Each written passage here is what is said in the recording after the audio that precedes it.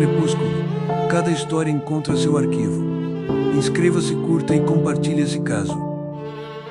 Este não é um relato inventado. O que você vai ouvir agora foi registrado por jornais da época, documentado por testemunhas e analisado por pesquisadores ao longo de décadas. Em 13 de outubro de 1917, milhares de pessoas afirmaram ter visto o mesmo fenômeno no céu, um evento que ficou conhecido como o Milagre do Sol. O relato a seguir vem de alguém que disse estar lá naquele dia, alguém que viu e nunca conseguiu esquecer. Meu nome é Rafael Ferreira. Tenho 67 anos. Moro em Lisboa, numa casa pequena no bairro da Graça, onde guardo, dentro de uma caixa de sapatos velha, o diário que meu pai escreveu na noite do Milagre de Fátima. Ele me proibiu de mostrá-lo a qualquer pessoa enquanto vivo, mas agora, aos 67, sinto que é hora de contar. Meu pai, Antônio Ferreira, era maçom convicto, membro da loja O Futuro, em Tomar. Para ele, religião era superstição, a igreja era inimiga do progresso, e aquelas 3 crianças que diziam ver uma senhora vestida de branco eram mentirosas ou vítimas de histeria coletiva. Ele me criou para pensar assim, para rir de quem acreditava em milagres. Em 13 de outubro de 1917, ele foi à Cova da Iria não para testemunhar. Ele foi para provar que nada aconteceria. Levou uma câmera fotográfica, caderno de anotações e a certeza de que, no dia seguinte, poderia escrever um artigo devastador para o jornal local. Ele não escreveu o artigo. Nunca mais escreveu nada. O que ele testemunhou naquele dia o quebrou. E eu, que nunca acreditei em nada, passei a vida inteira tentando entender o que aconteceu com ele. E, eventualmente, comigo. Segundo o diário de meu pai, quando ele chegou à Cova da Iria, o lugar já estava tomado. As estimativas variavam entre 50 mil e 70 mil pessoas. Algumas fontes falam em até 100 mil. Homens de chapéu, mulheres com mantos, crianças agarradas às saias das mães. Havia padres, curiosos, jornalistas e pessoas como ele, céticos de plantão, ansiosos por um fiasco. O céu estava completamente fechado. Nuvens pesadas, escuras. Chovia sem parar. Uma chuva fria e insistente que encharcava a lã dos casacos e grudava a lama nos sapatos. Meu pai escreveu: a lama subia pelos tornozelos.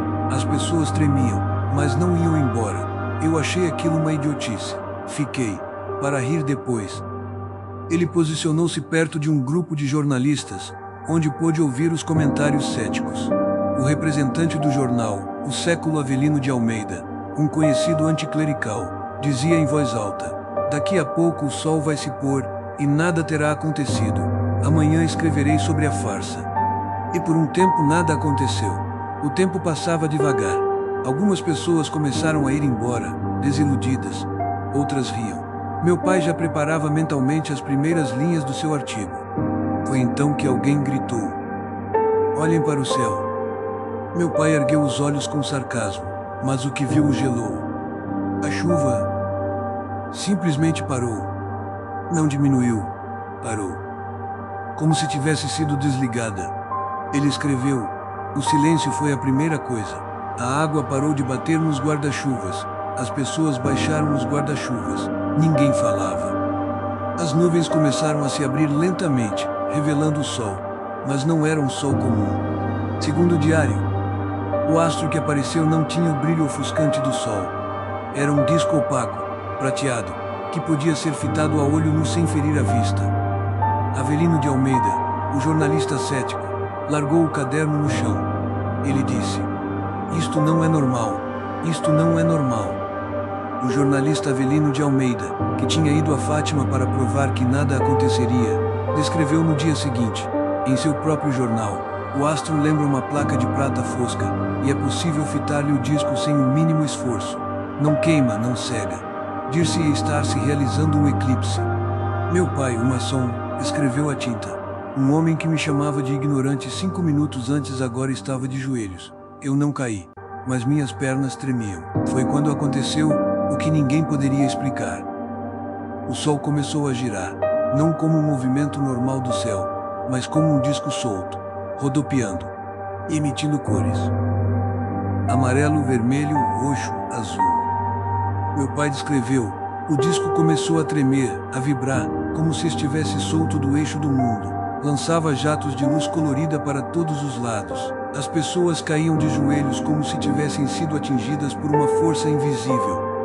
Jacinto de Almeida Lopes, uma das primeiras testemunhas do inquérito paroquial, relatou: a chuva suspende, o sol rompe as densas e negras nuvens, e mostra-se dardejante com seus luminosos raios, que bem depressa tomam as cores do amarelo, encarnado e verde. Gonçalo de Almeida Garré, sobrinho de um professor da Universidade de Coimbra que também testemunhou o fenômeno, acrescentou: por 3 vezes, durante esse período de tempo, manifestou um movimento rotatório na periferia, faiscando chispas de luz nos seus bordos, à semelhança do que se dá com as rodas de artifício de fogo muito conhecidas. Meu pai escreveu: eu queria acreditar que era um fenômeno atmosférico, eu queria. Mas o que eu senti naquele momento não era físico, era como se algo estivesse olhando para mim e me julgando. E então piorou. O sol começou a descer, lentamente no começo, depois mais rápido, na direção da multidão. Meu pai descreveu: o disco desceu em zigue-zague, tremendo, como se fosse cair sobre nós. As pessoas gritavam milagre, milagre. Outras choravam pedindo perdão. Eu ouvi uma mulher gritar: é o fim do mundo. E naquele momento, eu acreditei. Eu realmente achei que o mundo estava acabando. O fenômeno durou cerca de 10 minutos, alguns relatos falam em 12. A multidão, estimada em até 100.000 pessoas, testemunhou o mesmo espetáculo ao mesmo tempo. Meu pai escreveu: quando o sol parou de descer, começou a subir de volta, lentamente, até retornar ao seu lugar. As cores sumiram, o brilho voltou ao normal, o céu fechou-se de novo.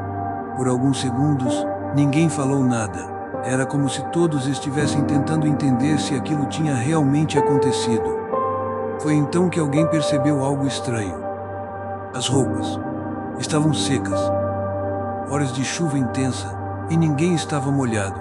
As testemunhas relataram que a terra e as roupas previamente molhadas ficaram completamente secas num curto intervalo de tempo. Meu pai escreveu: olhei para minha camisa. Estava enxuta. Olhei para o chão. A lama continuava lá, mas não parecia encharcada. Era como se a água tivesse sido sugada para cima. Meu pai voltou para casa naquela noite. Entrou pelo fundo, para não encontrar os vizinhos. Minha avó, que já estava deitada, ouviu o barulho e desceu. Ela me contou, anos depois, que encontrou meu pai ajoelhado no meio da cozinha, o rosto coberto de lágrimas. Ele não falou, apenas apontou para o céu, através da janela. Ele nunca mais foi à loja maçônica, nunca mais falou mal da igreja, nunca mais riu de quem acreditava. Mas também nunca se converteu. Ficou num lugar estranho, entre a fé e a dúvida, incapaz de aceitar o que viu, incapaz de negar. Pouco antes de morrer, em 1967, ele me entregou o diário. Disse: Rafael, o que eu vi naquele dia não foi ilusão, não foi histeria, foi real. Mas eu não sei o que foi. Nem a ciência explicou, nem a igreja conseguiu provar.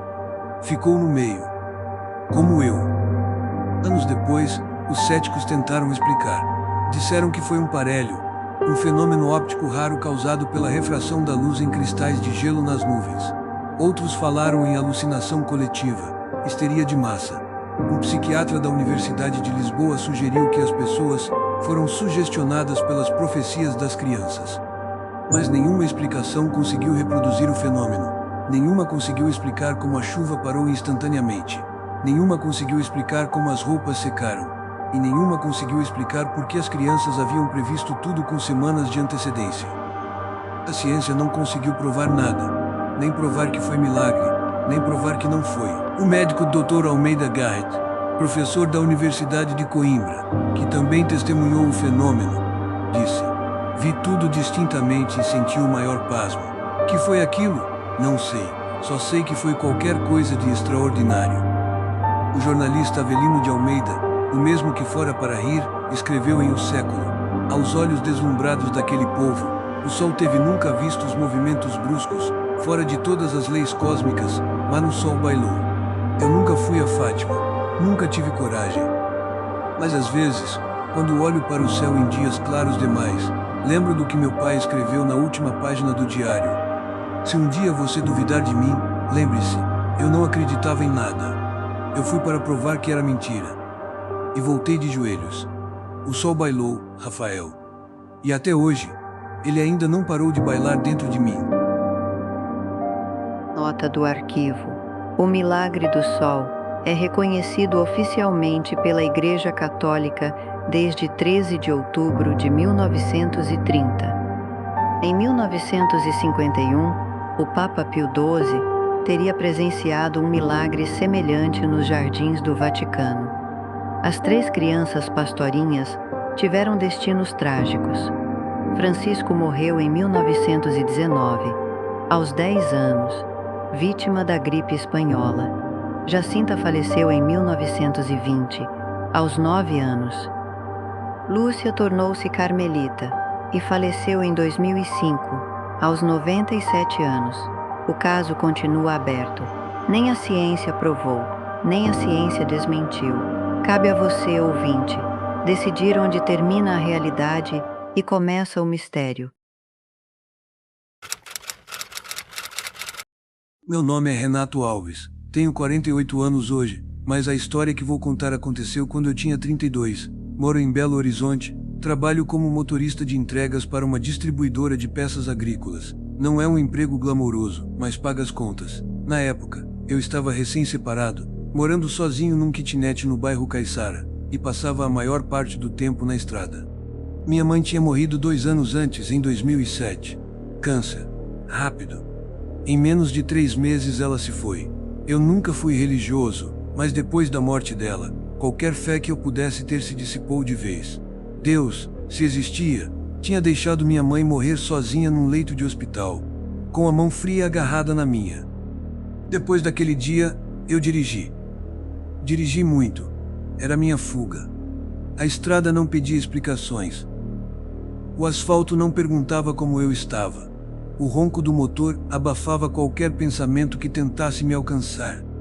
Foi nesse estado de espírito que, em 23 de agosto de 2009, um domingo, eu precisei fazer uma entrega numa propriedade isolada perto de Cerro, na região central de Minas Gerais. Era um lote de peças para um trator antigo, um cliente antigo, mas que eu nunca tinha visitado pessoalmente. O dono da empresa, seu Osvaldo, me entregou um mapa rabiscado num pedaço de papel ao maço. É só seguir a estrada depois da Ponte Velha, ele disse. Umas 2 horas de viagem. Mas volta antes do anoitecer, que aquele trecho é estranho. Estranho como? Ele coçou a nuca. Estranho. Só isso. Os motoristas mais velhos evitam. Eu ri. Estranho. Para mim, era ter que explicar pro gerente do banco por que eu estava atrasado no financiamento da casa. Não uma estrada de terra no meio do nada. Saí de Belo Horizonte por volta das 15 horas, achando que daria tempo de entregar e voltar antes do escuro.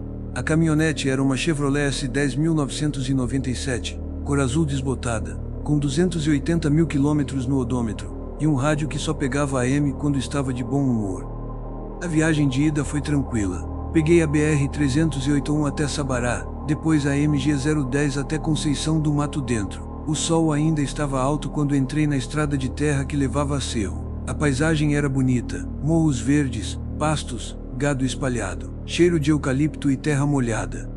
Encontrei o cliente, entreguei as peças, tomei um café na varanda da casa dele, um senhor de chapéu de palha, barba grisalha, que me ofereceu pão de queijo e perguntou se eu queria ficar para o jantar. É longa a volta? Perguntei. Se pegar a estrada velha, umas 2 horas, mas eu não pegaria ela depois do pôr do sol não, moço. Por quê? Ele deu de ombros. Ela tem dessas coisas. Estrada antiga, muita gente já morreu ali. Os antigos falam que ela guarda quem não respeita o horário. Agradeci o café, recusei o jantar e parti. Eram 18 horas e 15 minutos quando passei pela Ponte Velha, uma estrutura de madeira e ferro, com tábuas soltas que faziam a caminhonete tremer. O sol já estava baixo, pintando o céu de laranja e roxo. O GPS do celular não pegava sinal. Eu confiava no mapa rabiscado e na memória. A estrada a partir dali era estreita, cheia de curvas, cercada por mato alto e árvores tortas que pareciam se inclinar sobre o caminho como pessoas cansadas. Não tinha acostamento, não tinha iluminação, não tinha nada. Eu estava sozinho. Nenhum carro. Nenhuma casa. Nenhuma luz. Dirigi por cerca de 20 minutos. O céu escureceu completamente. A lua ainda não tinha nascido. A escuridão era tão densa que os faróis da caminhonete pareciam engolidos pela mata. Foi então que aconteceu. Uma voz. Não vinha do rádio, pois o rádio estava desligado. Não vinha do celular, o celular estava no banco do passageiro, com a tela apagada. Era uma voz baixa, muito próxima, como se alguém estivesse sentado ao meu lado no banco do carona. Ela disse apenas uma frase: devagar. Na hora eu congelei. O pé no acelerador afrouxou. Olhei rapidamente para o lado. O banco estava vazio. Apoio de braço levantado. Cinto de segurança retesado, como sempre. Quem falou? Perguntei em voz alta. Silêncio. O motor roncava. O vento assobiava nas frestas da janela. Nada mais. Pensei em cansaço. Talvez minha mente estivesse pregando uma peça. Dormi mal na noite anterior. Café demais. Pressão baixa. Qualquer explicação racional servia. Continuei dirigindo. Mas agora, mais devagar. Uns 10 minutos depois, a estrada começou a descer por um trecho mais inclinado. Era uma ladeira longa, reta no começo, que terminava numa curva fechada à direita. Eu já tinha feito esse tipo de descida dezenas de vezes. Sabia que não podia acelerar demais, porque o peso da carga empurrava o carro para frente. Mantive a velocidade, uns 50 km por hora. O normal. Foi quando ouvi a voz de novo. Mais clara, mais urgente, mais perto. Pare o carro. Meu coração disparou. O suor frio escorreu pela minha nuca. Não era um pensamento. Não era um palpite. Era uma voz. Com timbre, com entonação, com autoridade. Uma voz feminina, baixa, calma, mas inegociável. Pisei no freio por impulso. A caminhonete diminuiu a velocidade. As rodas dianteiras cantaram baixo no cascalho. Encostei no canto da estrada, quase dentro do mato. Fiquei ali, com o motor ligado, as mãos suando no volante. Escutei. Nada.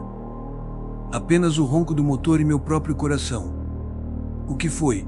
Perguntei em voz alta. O que você quer? Silêncio. Então ouvi um som. Primeiro baixo, depois mais alto. Um estrondo metálico.